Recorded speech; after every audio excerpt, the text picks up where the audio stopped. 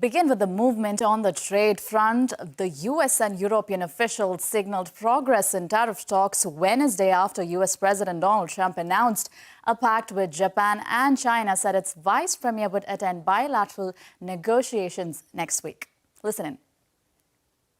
Just made a deal with the European Union where they're going to pay the United States of America 100% of the cost of all military equipment. They're going to ship it to the European Union, and then they'll distribute it, and much of it will go to Ukraine.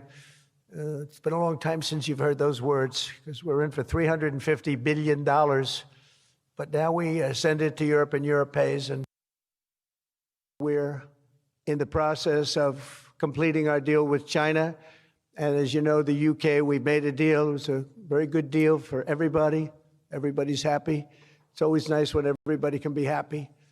But mostly we'll be charging straight tariffs to most of the rest of the world, because we have over 200 countries. People don't realize that's a lot of deals. Even if you're like me, a deal junkie, that's a lot of deals. That would be too much for anybody. Ooh. And we're making deals with various Asian countries that need it. And it's actually hard to believe, you don't think of it, but Asia is very close to Alaska, relatively speaking.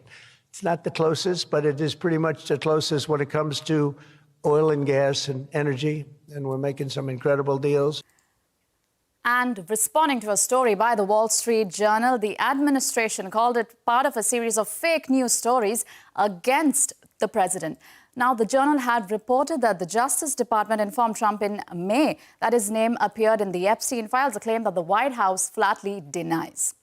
Now, the U.S. has stepped up military support for Ukraine. The State Department said that it has approved $322 million in proposed weapon sales to Ukraine to enhance its air defense capabilities and provide armored combat vehicles, coming as the country works to fend off escalating Russian attacks. And in other news, President Donald Trump signed executive orders to put in motion a new White House plan to boost artificial intelligence development in the U.S. by loosening regulations and expanding energy supplies for data centers. Now, the orders that Trump signed include a measure addressing energy and permitting issues for AI infrastructure.